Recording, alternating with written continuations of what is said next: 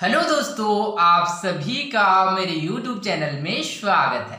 आज हम पढ़ेंगे अध्याय 4 विद्युत धारा एवं परिपथ इलेक्ट्रिक करंट एंड सर्किट का लेक्चर 3, जिसमें आज का हमारा टॉपिक है विद्युत परिपथ के घटक, components of electric circuit.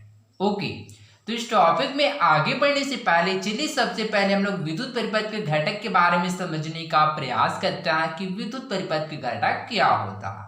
Okay, विद्युत परिपथ में उपयोग किए जाने वाले घटक को ही विद्युत परिपथ के घटक कहते हैं। ओके, तो घटक से तात्पर्य जो उपकरण क्या करते हैं हम लोग विद्युत परिपथ में उपयोग करते हैं उसे ही विद्युत परिपथ के घटक कहते हैं। कैसे? तो चलिए इसको हम लोग प्रैक्टिकली समझने का प्रयास करते हैं। ओके, तो इसके लिए मैंने क्या लिया है, एक लाइट का एक पूरे परिपथ को लिया गया है और लिया हूँ। ओके, तो जैसे कि आप लोग देख सकते हैं कि लाइट में क्या किस प्रकार से उसका परिपथ क्या होता है, एक दूसरे से कनेक्टेड अर्थात जुड़ा हुआ होता है। ओके, तो इसका तार यहाँ से प्लग इन नहीं है, सो यहाँ से निकल गया है। ओके, तो आप लोग देख सकते हैं ये क्या होता है, ये बैटरी होता है। इसी प्रकार से हम लोग देख सकते हैं यहाँ पर जो छोटे छोटे दिख रहा है ये रेजिस्टर्स अर्थात प्रतिरोध होता है। यहाँ पर एक छोटा सा लाइट है, यहाँ पर स्विच है, यहाँ पर भी बल्ब है और यहाँ पर भी एक बल्ब है। ओके, तो इस प्रकार से क्या होता है, इस परिपथ में जितने भी जो कंपोनेंट जुड़े हुए सभी को क्या कहता है, विद्युत परिपथ के घटक कहता है।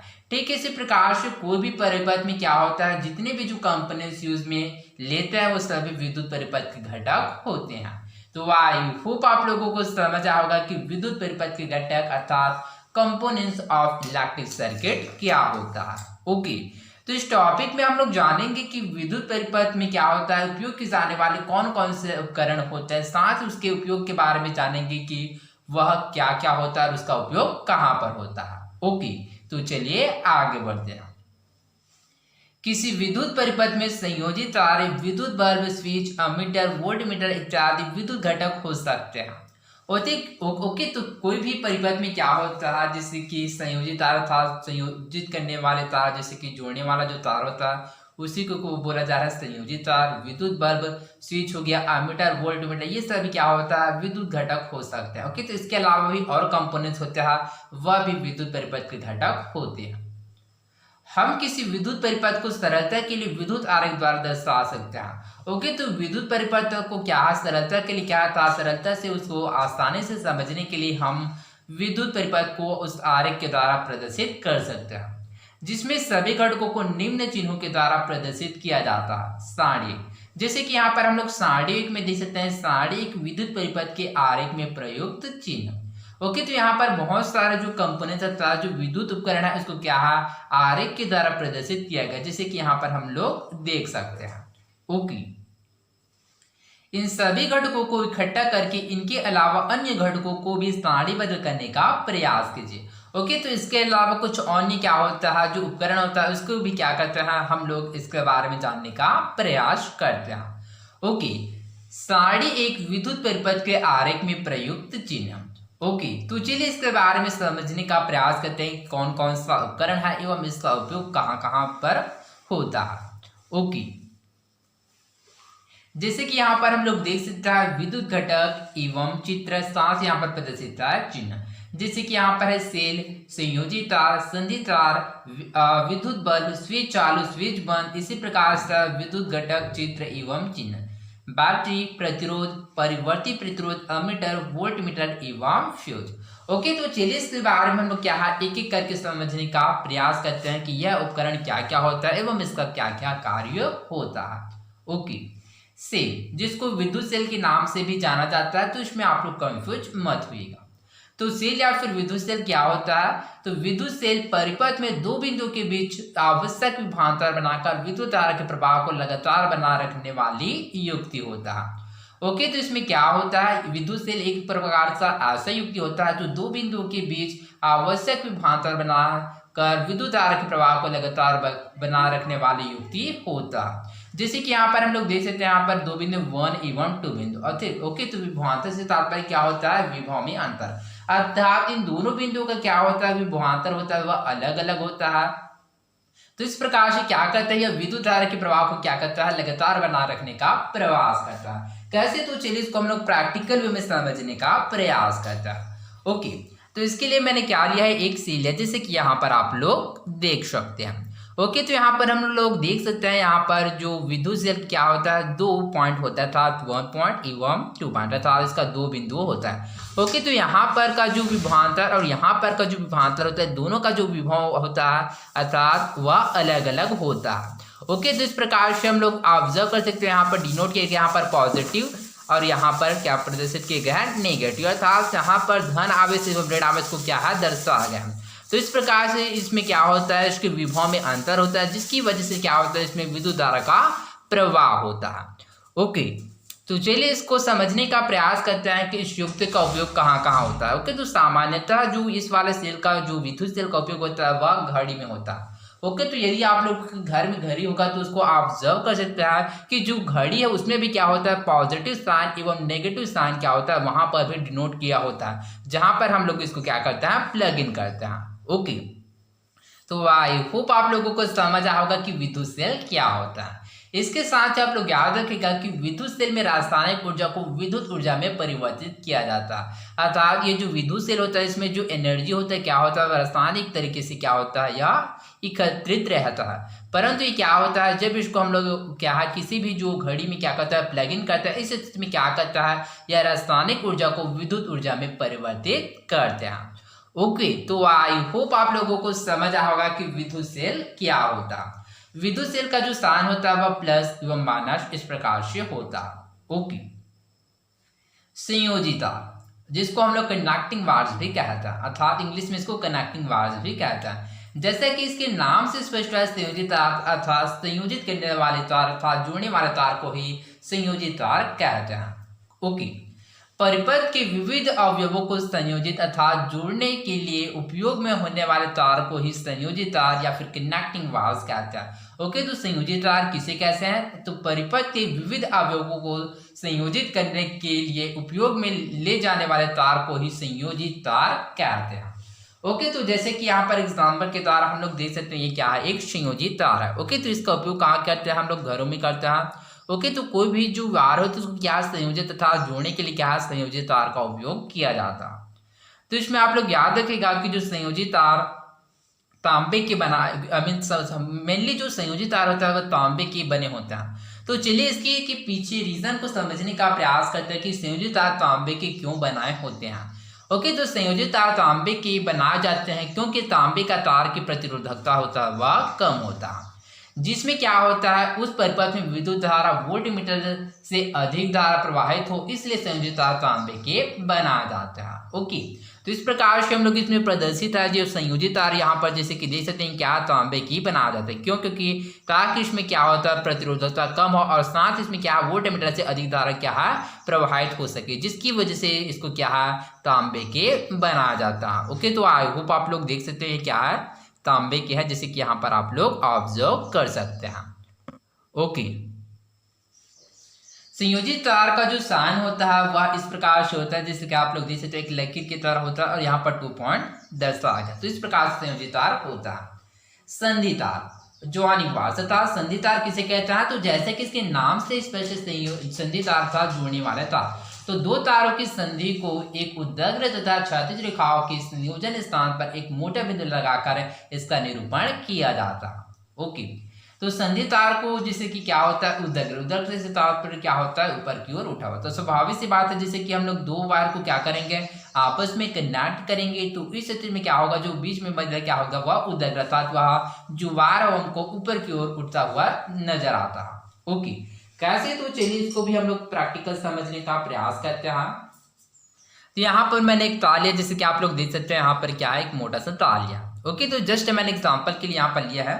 ओके, तो चलिए इसको हम लोग समझने का प्रयास करते हैं कि संधि तार क्या होता है। मान लीजिए ये क्या है एक तार है। ओके, तो यहाँ से भी तार जो क्या है विद्युत धारा प्रवाहित हो रहा है, यहाँ से भी विद्युत धारा प्रवाहित हो रहा है। ओके, तो मुझको क्या करना है, यहाँ से मुझको विद्युत तार क्या है इस ओर लाना है, तो इस स्थिति में क्या करता है एक संयोजित तार अर्थात एक तार लेते हैं जिसपे क्या करता है यहाँ पर क्या करता है कट करके क्या करता है इसको संयोजित करता है, और इस प्रकार से यहाँ पर हम लोग क्या कर देते हैं यहाँ पर हम लोग ऐड कर देते हैं। तो इस प्रकार से हम लोग राउंड करते हैं, तो इसमें क्या करेंगे, तो इस प्रकार से हम लोग इसको संयोजित करेंगे।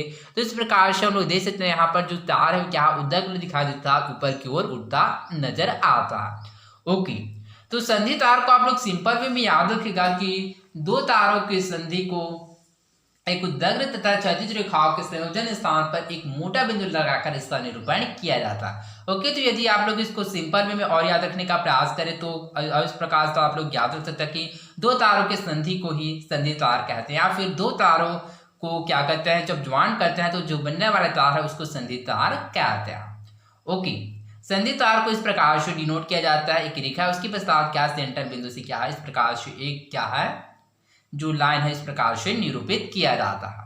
ओके, विद्युत बल्ब। ओके, तो चलिए समझने का प्रयास करते हैं कि विद्युत बल्ब या फिर इलेक्ट्रिक बल्ब क्या होता है। ओके, विद्युत बल्ब में जब धारा अर्थात विद्युत धारा का प्रवाह पूरा होता है तो यह पहले गर्म होता है और इसके बाद प्रकाश को उत्पन्न करता है। इस प्रकार गर्म होकर प्रकाश उत्पन्न करने की प्रक्रिया तापदीप्ति कहलाती है तथा जो माध्यम उपकरण विद्युत पाकर प्रकाश उत्पन्न करता है उसे विद्युत बल्ब या इलेक्ट्रिक बल्ब कहते हैं। ओके, तो विद्युत बल्ब किसे कहते हैं तो इसमें आप लोग याद रखिएगा। जैसे कि एग्जाम्पल की मैंने यहाँ पर लिया है विद्युत बल्ब। ओके, तो जब भी हम लोग क्या करते हैं, हम लोग स्विच को क्या करते हैं, हम लोग ऑन करते हैं तो इस स्थिति में क्या होता है, जो बल्ब होता है डायरेक्ट क्या होता है वह जलता है।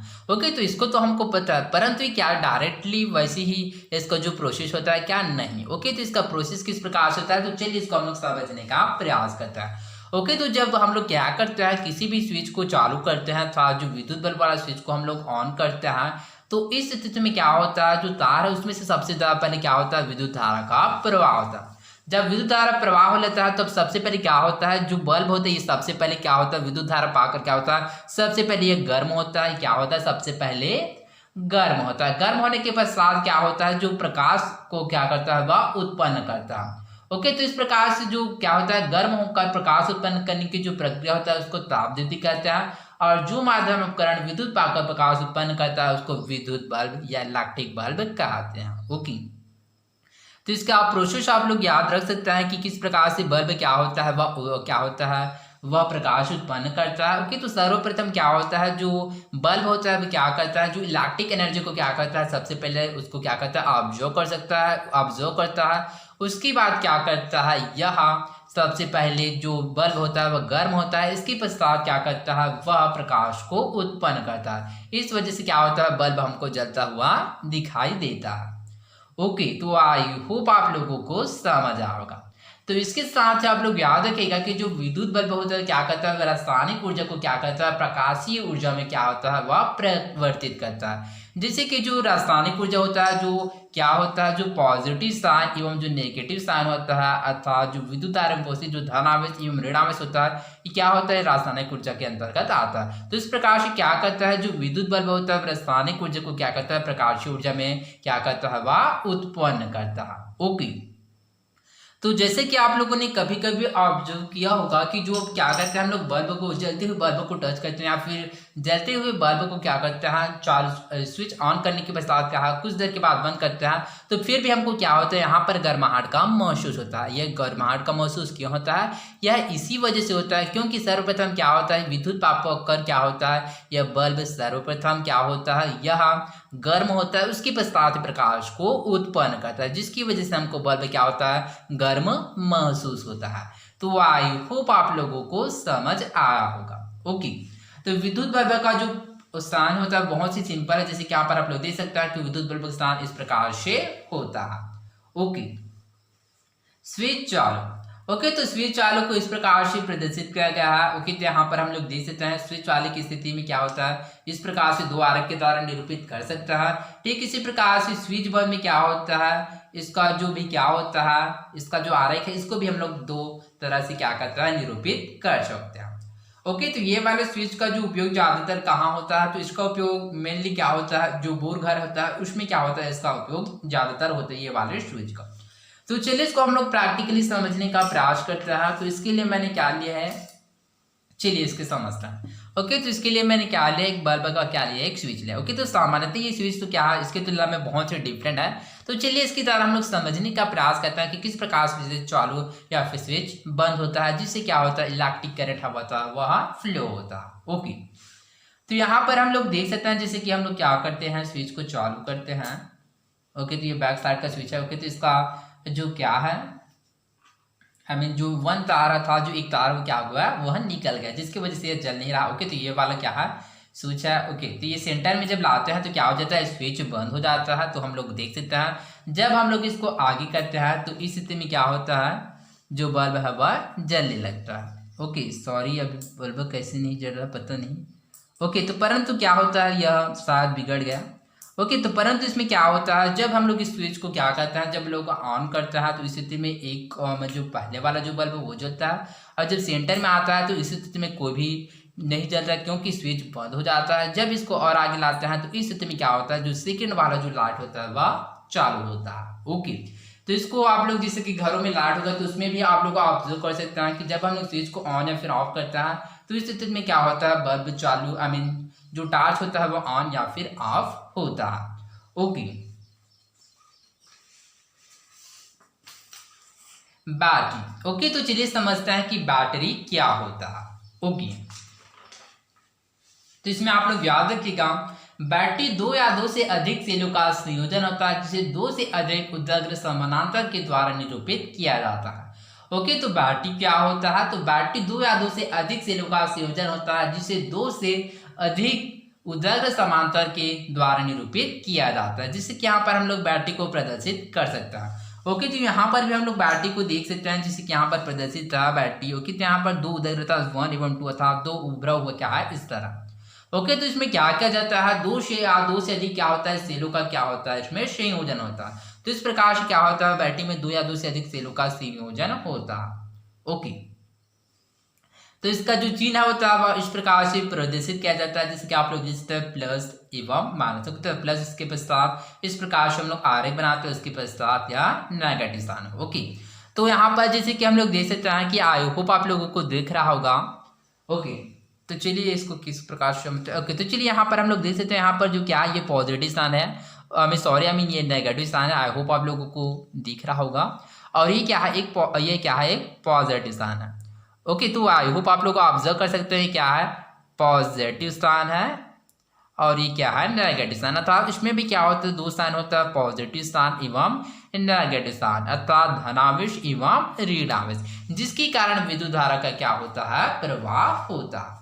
ओके, प्रतिरोध। ओके, तो चलिए समझते हैं कि प्रतिरोध क्या होता है।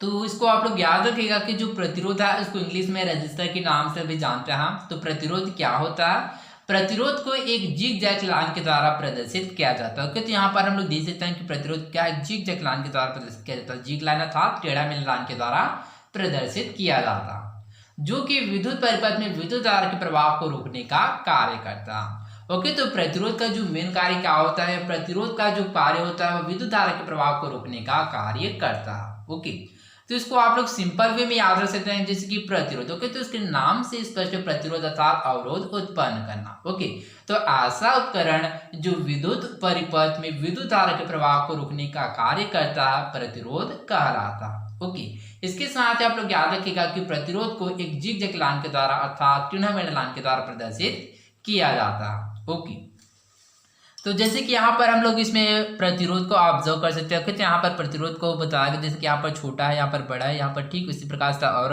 अन्य क्या है, प्रतिरोध है। ओके, तो यहाँ पर हम लोग 3 कलर्स में देख सकते हैं। तो इसी प्रकार से हम लोग इसमें चलिए हम लोग ऑब्जर्व करने का प्रयास करते हैं।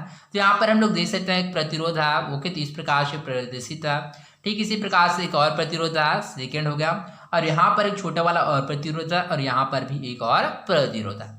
ओके, तो इस प्रतिरोध का जो मेन कार्य क्या होता है, तो इसमें आप लोग याद रखिएगा कि जो प्रतिरोध का जो मेन कार्य होता है वह विद्युत परिपथ में विद्युत धारा के प्रवाह को रोकने का कार्य करता है। अर्थात इस प्रकार से सिंपल वे में याद रख सकता है कि विद्युत धारा के प्रवाह को क्या करता है, वह कम करने का कार्य करता है, ताकि उस किसी भी परिपथ में क्या होता है, जो विद्युत धारा का जो प्रवाह होता है वह कम हो सके। तो चलिए इसके लिए एक और मैंने उपकरण लिया है ताकि आप लोग इसको अच्छे से समझ पाए। ओके, तो जैसे कि टेस्टर, जैसे कि आप लोग घरों में यूज़ करते होंगे। ओके, तो आप लोग जानते ही होंगे कि टेस्टर क्या होता है। ओके, तो आई होप आप लोगों को दिख रहा होगा कि यहाँ पर जो प्रतिरोध है वह क्या हो। ओके, तो यहाँ पर जो मध्य में अर्थात जो सेंटर पॉइंट में, जैसे कि यहाँ पर आप लोग देख सकते हैं कि क्या है, प्रतिरोध होता है। ओके, तो आई होप आप लोगों को दिख रहा होगा। ओके, तो जो छोटा वाला जो प्रतिरोध है इसी के कलर में यहाँ पर आप लोगों को प्रतिरोध दिख रहा होगा। ओके, तो हम लोग टेस्टर के द्वारा क्या करते हैं, जब किसी भी क्या होता है जो स्विच में क्या करता है हम लोग इसको प्लग इन करते हैं था चेक करते हैं कि इसमें विद्युत धारा है कि नहीं। तो इस स्थिति में क्या होता है, इस ओर क्या होता है एक प्रकाश क्या होता है वह जलता है, जिससे हमको क्या होता है आइडेंटिफाई होता है कि इस जो क्या होता है स्विच में विद्युत धारा प्रवाह हो रहा है या फिर नहीं। ओके, तो इस स्थिति में क्या करते हैं, जब इसको हम लोग स्विच में क्या करते हैं प्लग इन करते हैं, तो इस स्थिति में क्या होता है इसमें से विद्युत धारा क्या होता है वह प्रवाह होता है। तो यहाँ पर जो रजिस्टर होता है अर्थात जो प्रतिरोध होता है क्या करता है, जो वहां से आने वाले जो अत्यधिक या फिर अधिक फ्लो में आने वाले जो विद्युत धारा उसको क्या करते हैं यहाँ पर कम करने का प्रयास करता है। ओके, तो इस प्रकार से यहाँ पर सेंटर में प्रदर्शित किया गया। तो आई होप आप लोगों को समझ आया होगा कि प्रतिरोध क्या होता है, एवं साथ ही हम लोगों ने जाना कि प्रतिरोध का क्या क्या उपयोग होता है। ओके, परिवर्ती प्रतिरोध। ओके, तो चलिए समझते हैं कि परिवर्ती प्रतिरोध किसे कहते हैं, जिसको वेरिएबल रेजिस्टर कहते हैं। ओके, इंग्लिश में वेरिएबल रेजिस्टर। स्रोत की वोल्टता में बिना कोई परिवर्तन की परिपथ की विद्युत धारा को नियंत्रित करने के लिए उपयोग किए जाने वाले अवयव को परिवर्ती प्रतिरोध कहता है। ओके, तो परिवर्ती प्रतिरोध किसे कहता है, तो इसको आप लोग याद रखिएगा कि स्रोत की वोल्टता में बिना कोई परिवर्तन के परिपथ की विद्युत धारा को नियंत्रित करने के लिए उपयोग किए जाने वाले अवयव को ही परिवर्ती प्रतिरोध कहते हैं। अर्थात स्रोत की वोल्टता में क्या है किसी भी प्रकार का परिवर्तन नहीं करता है, परंतु जो विद्युत धारा को क्या करता है नियंत्रित करने का काम करता है। कौन, तो वह परिवर्ती प्रतिरोध। ओके, परिवर्ती प्रतिरोध को एक जिगजैग लाइन के ऊपर तीर के निशान के साथ निरूपित किया जाता है। जैसे कि यहाँ पर हम लोग देख सकते हैं जिगजैग लाइन अर्थात एक टेढ़ा लाइन के द्वारा क्या करता है एक और निशान के द्वारा क्या निरूपित किया जाता है, जहां पर कि यहाँ पर 1 एवं 2 आरे के द्वारा दर्शाया गया। Okay, ammeter. ओके, तो चलिए समझते हैं कि अमीटर क्या होता है।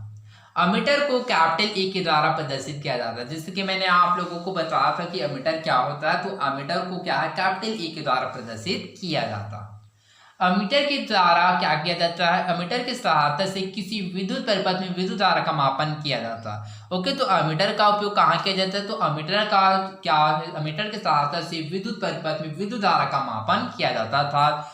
इस परिपथ में क्या कितना विद्युत धारा प्रवाहित हो रहा है।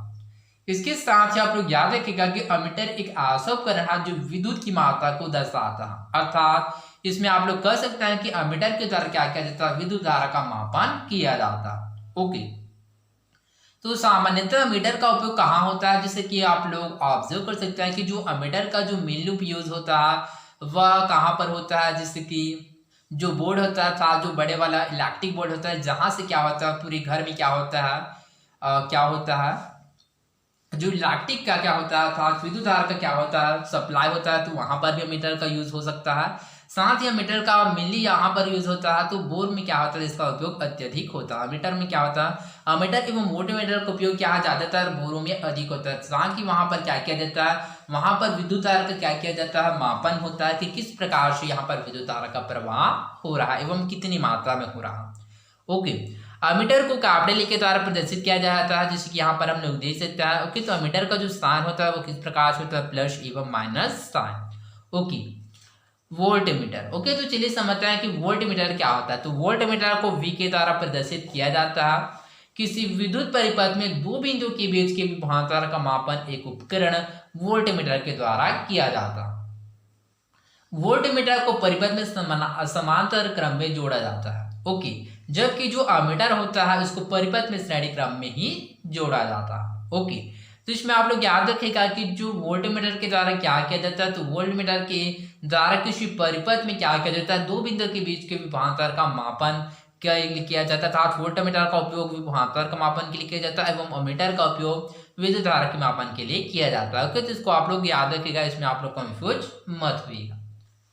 ओके, तो जो वोल्टमीटर होता है इसको V से प्रदर्शित किया जाता है। इसके साथ आप लोग याद रखिएगा कि जो वोल्टमीटर का जो मेनली यूज कहाँ पर होता है, तो इसका भी उपयोग क्या है बोर में अधिक होता है। ओके, तो जो बोर का जो बोर्ड होता है वहां पर क्या होता है अमीटर एवं वोल्टमीटर का उपयोग ज्यादातर होता है। फ्यूज। ओके, तो चलिए समझने का प्रयास करते हैं कि फ्यूज क्या होता है। ओके, परिपथ का एक संरचनात्मक या प्रोटेक्टिव अवयव है जो एक नियत मात्रा से अधिक धारा बहने पर परिपथ को तोड़ देता है। ओके, तो फ्यूज क्या होता है? तो फ्यूज क्या होता है? परिपथ का एक संरचनात्मक अर्थात यह एक प्रोटेक्टिव अवयव होता है जो कि एक नियत मात्रा से अधिक धारा बहने पर परिपथ को तोड़ देता है। कैसे? तो चलिए इसको समझते हैं। जैसे कि यहाँ पर किसी भी परिपथ का जो अत्यधिक कैपेसिटी है मान लीजिए वह 10 वोल्ट है। ओके, तो चलिए इसको हम लोग विभवांतर में ले तो कितना 10 वोल्ट है। ओके, चलिए इसको हम लोग विद्युत धारा में ले तो जैसे कि एम्पियर में ले तो जैसे कि 50 एम्पियर। कितना है? 50 एम्पियर। ओके, तो मान ले जाए इस परिपथ का क्या है, कोई भी एक परिपथ है मान ले जाए। ओके, तो इसको चलिए यहाँ पर क्या है, एक परिपथ है जिसमें से क्या है, इसका जो अत्यधिक जो धारा प्रवाहित करने की जो कैपेसिटी वह 50 एम्पियर है। मान लीजिए यहाँ पर मैं 60 एम्पियर का यूज करूँ तो इस स्थिति में क्या होगा, यहाँ पर क्या होगा, अत्यधिक धारा प्रवाहित होगा। तो इस स्थिति में क्या होता है, जो हम लोग फ्यूज का इस्तेमाल करते हैं तो इस स्थिति में क्या हो जाता है, फ्यूज अपने आप ही क्या हो जाता है, वह अपने आप को तोड़ देता है। जिसकी वजह से क्या होता है, जो इस परिपथ में जुड़े हुए अन्य जो उपकरण होता है वह बिगड़ने से बच जाता था, वह खराब होने से बच जाता है। ओके, तो इस प्रकार से हम लोग कह सकते हैं कि फ्यूज परिपथ का एक प्रोटेक्टिव अवयव होता है जो कि एक नियत अर्थात निश्चित मात्रा से अधिक धारा बहने पर परिपथ को तोड़ देता है। इस प्रकार परिपथ में स्थित अन्य मूल्यवान अवयव अत्यधिक धारा के कारण खराब होने से बच जाता है। ओके, तो फ्यूज का उपयोग ज्यादातर क्या है, जिससे कि इलेक्ट्रिक सर्किट में किया जाता था, जिससे कि इसका उपयोग घरों में किया जाता है। ओके, तो चलिए समझते हैं कि फ्यूज का कार्य क्या होता है। ओके, तो चलिए इसके बारे में और जानने का प्रयास करता है। तो बेसिकली फ्यूज एक ऐसा कंपोनेंट होता है जो कि किसी भी उपकरण या सर्किट को किसी भी हानि से बचाने के लिए इस्तेमाल किया जाता है। जैसे कि यहाँ पर हम लोगों ने देखा कि जो फ्यूज क्या होता है, अत्यधिक विद्युत धारा से क्या होता है, प्रवाहित होता है। तो इस स्थिति में अपने आप को क्या कर देता है, वह तोड़ देता है। जिसकी वजह से क्या होता है, परिपथ में उपस्थित अन्य उपकरण क्या होता है, वह बच जाता है। ओके, किसी भी उपकरण में ज्यादा करंट आने पर या किसी प्रकार का फॉल्ट होने पर फ्यूज उसकी सप्लाई को क्या कर देता है, बंद कर देता है, जिससे कि हानि होने वाले जिससे कि होने वाले हानि से बचा जा सकता है। ओके, इसके साथ ही आप लोग याद रखिएगा जो फ्यूज होता है यह तांबा, टीन, सीसा के मिश्र धातु से बने तार होता है जिनका गलनांक है वह कम होता है। ओके, तो आई होप आप लोगों को समझ आओगा कि ये फ्यूज क्या होता है। इसके साथ हम लोगों ने बहुत सारे कंपोनेंट जैसे कि सेल, संयोजी तार, संधि तार, विद्युत बल्ब, स्विच चालू, स्विच बंद, बैटरी, प्रतिरोध, परिवर्ती प्रतिरोध, अमीटर, वोल्टमीटर एवं फ्यूज के बारे में जाना। ओके, तो आई होप आप लोगों को इन सभी के बारे में अच्छे से समझ आएगा ये क्या होता है। साथ हम लोगों ने जाना कि इसका कार्य क्या होता है एवं इसका उपयोग कहाँ कहाँ पर होता है। ओके, तो इसके साथ आप लोग याद रखिएगा कि जो फ्यूज का स्थान होता है वह इस प्रकार से होता है। ओके, तो इसको आप लोग याद रखिएगा। तो चलिए आगे बढ़ते हैं। प्रश्न। ओके, तो यहाँ पर कुछ प्रश्न है। ओके, तो चलिए इस प्रश्न के आंसर के बारे में समझने का प्रयास करते हैं। ओके, पहला, क्या आप केवल विद्युत परिपथ में लगे तार को देखकर बता सकते हैं कि उस तार से विद्युत धारा प्रवाहित हो रही है या नहीं? यदि नहीं तो आप किस तरह विद्युत धारा के प्रवाह को ज्ञात कर सकते हैं?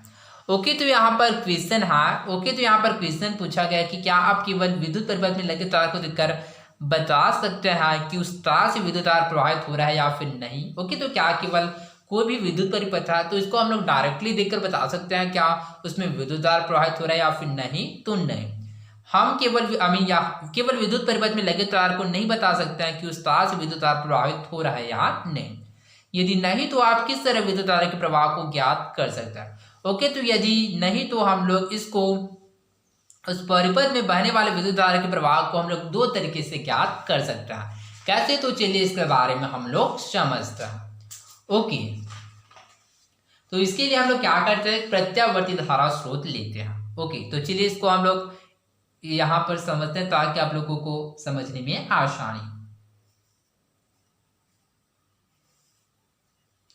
यहाँ पर कोई उपकरण लेते हैं और ये क्या लेते हैं, ये क्या है, एक परिपथ है। ओके, तो जिसमें से क्या है, यह एक प्रत्यावर्ती धारा स्रोत है। चलिए यहाँ पर मैं डिनोट कर देता हूं, प्रत्यावर्ती धारा स्रोत, प्रत्यावर्ती धारा स्रोत है और ये क्या है, एक उपकरण है। ओके, तो इस प्रकार से हम लोग क्या है इसके द्वारा क्या करते हैं, चलिए हम लोग आइडेंटिफाई करने का प्रयास करते हैं कि किस प्रकार से किसी विद्युत परिपथ में क्या करता है, हम लोग विद्युत प्रवाह को ज्ञात कर सकते हैं। ओके, तो पहले मेथड क्या कर, ओके तो इसमें आगे बढ़ने से पहले चलिए सबसे पहले समझते हैं कि प्रत्यावर्ती धारा क्या होता है। प्रत्यावर्ती धारा वह धारा है जो किसी विद्युत परिपथ में अपनी दिशा बदलते रहता है। अर्थात जो प्रत्यावर्ती धारा होता है वो किसी भी दिशा में क्या होता है वह प्रवाहित हो सकता है। ओके, तो जितने भी वायर कनेक्ट करते हैं तो उस सभी दिशा में क्या होता है वह प्रवाहित हो सकता है। इसके साथ आप लोग याद रखिएगा कि जो प्रत्यावर्ती धारा को क्या है अल्टरनेटिंग करंट के नाम से भी जाना जाता है। ओके, तो इसको आप लोग याद रखिएगा। तो चलिए इसके लिए सर्वप्रथम क्या करते हैं, इस प्रत्यावर्ती धारा स्रोत में क्या करते हैं हम लोग बल्ब का इस्तेमाल करते हैं। ओके, तो फर्स्ट मेथड में क्या करते हैं हम लोग बल्ब का इस्तेमाल करते हैं। तो ये प्रत्यावर्ती धारा स्रोत है। ओके, तो यहाँ पर एक उपकरण है, तो चलिए उपकरण रखते हैं। ओके, तो इस स्थिति में क्या करते हैं, यहाँ पर हम लोग एक बल्ब का इस्तेमाल करते हैं। बल्ब है, बल्ब। ओके, क्या है एक बल्ब। ओके, तो जब इस प्रत्यावर्ती धारा में क्या होता है, हम लोग जब विद्युत धारा को प्रवाहित करते हैं तो इसमें प्रवाहित होने वाली धारा आई है और यहाँ पर प्रवाहित होने वाली धारा क्या है I1। ओके, तो यहाँ पर से एक और तार कनेक्ट करते हैं तो यहाँ पर भी प्रवाहित धारा कौन सा होगा, तो वह I2 होगा। ओके, तो इस प्रकार से क्या होता है, जब इस प्रत्यावर्ती विद्युत धारा में क्या होता है, विद्युत धारा को हम लोग प्रवाहित करते हैं तो विद्युत धारा प्रवाह होने के कारण क्या होता है, जो बल्ब होता है वह जलने लगता है। तो इस प्रकार से हम लोग याद कर सकते हैं कि इस विद्युत परिपथ में क्या होता है, वह बल्ब जल रहा था। इस प्रकार से हम लोग कह सकते हैं इसमें विद्युत धारा का प्रवाह हो रहा। ओके, और दूसरा मेथड क्या है, तो चलिए दूसरा मेथड के बारे में समझते हैं। तो चलिए सबसे प्रथम हम लोग प्रत्यावर्ती धारा स्रोत के बारे में क्या करते हैं, इसका निरूपण करते हैं, प्रत्यावर्ती धारा स्रोत। और दूसरा मेथड में क्या करते हैं, हम लोग अमीटर का उपयोग करते हैं। अमीटर का उपयोग करते हैं, यहाँ पर एक उपकरण है। ओके, तो इस स्थिति में क्या करता है, जैसे कि हम लोग जानते हैं कि जो अमीटर होता है क्या करता है, अमीटर क्या करता है विद्युत धारा का मापन करता है। अर्थात जब इस प्रत्यावर्ती धारा में क्या करता था, इस विद्युत परिपथ में विद्युत धारा प्रवाहित होता है तो जो अमीटर होता है तो अमीटर भी विक्षुप होता है, जिसकी वजह से हम लोग आइडेंटिफाई कर सकते हैं कि इसमें विद्युत धारा का प्रवाह हो रहा है। ओके, तो आई होप आप लोगों को समझ आएगा कि किस प्रकार से हम लोग केवल विद्युत परिपथ में लगे तार को देखकर नहीं बता सकते हैं कि उस तार से विद्युत धारा प्रवाहित हो रहा है या फिर नहीं। तो यदि नहीं तो हम लोग इसको विद्युत धारा के प्रवाह को दो तरीकों से ज्ञात कर सकते हैं। पहला, इस परिपथ के मध्य विद्युत बल्ब लगाकर, और दूसरा इस परिपथ के मध्य अमीटर का उपयोग करके। ओके, तो आई होप आप लोगों को इस क्वेश्चन का आंसर समझ आ होगा। तो चलिए आगे बढ़ते हैं। ओके,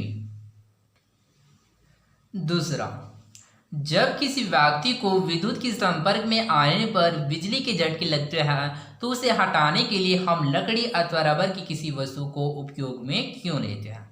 ओके, तो यहाँ पर क्वेश्चन आया कि जब किसी जब किसी व्यक्ति को विद्युत के संपर्क में आने पर बिजली के झटके लगता है तो उसे हटाने के लिए हम लकड़ी अथवा रबर की किसी वस्तु को उपयोग में क्यों लेते हैं। ओके, तो जैसे कि आप लोगों ने घरों में ऑब्जर्व किया होगा कि जो इलेक्ट्रिक था, जो विद्युत का कार्य करता है, तो वो ज़्यादातर क्या करता है, ग्लव्स अर्थात हाथों में ग्लव्स रखे होते हैं। साथ ही क्या होता है, जो अपने पैरों में क्या करता है, स्लीपर का उपयोग करता था, चप्पल या फिर जूता पहनी होता है। ओके, तो इस प्रकार से इसके बाद ही क्या करता है, वह विद्युत के किसी भी कार्य को करता है। ओके, तो वह ऐसा क्यों करता है, तो ऐसा इसलिए करता है क्योंकि जो लकड़ी या फिर जो इसी प्रकार से जो जूता होता है या फिर जो प्लास्टिक होता है या फिर रबर होता है या फिर जो लकड़ी होता है, ये सभी क्या होता है, विद्युत के कुचालक होता है, था इसमें से विद्युत धारा क्या होता है, प्रवाहित नहीं होता है। इस वजह से जब किसी व्यक्ति को विद्युत के संपर्क में आने पर बिजली के झटके लगता है तो उसे हटाने के लिए हम लकड़ी अथवा रबर की किसी वस्तु का उपयोग में लेते हैं।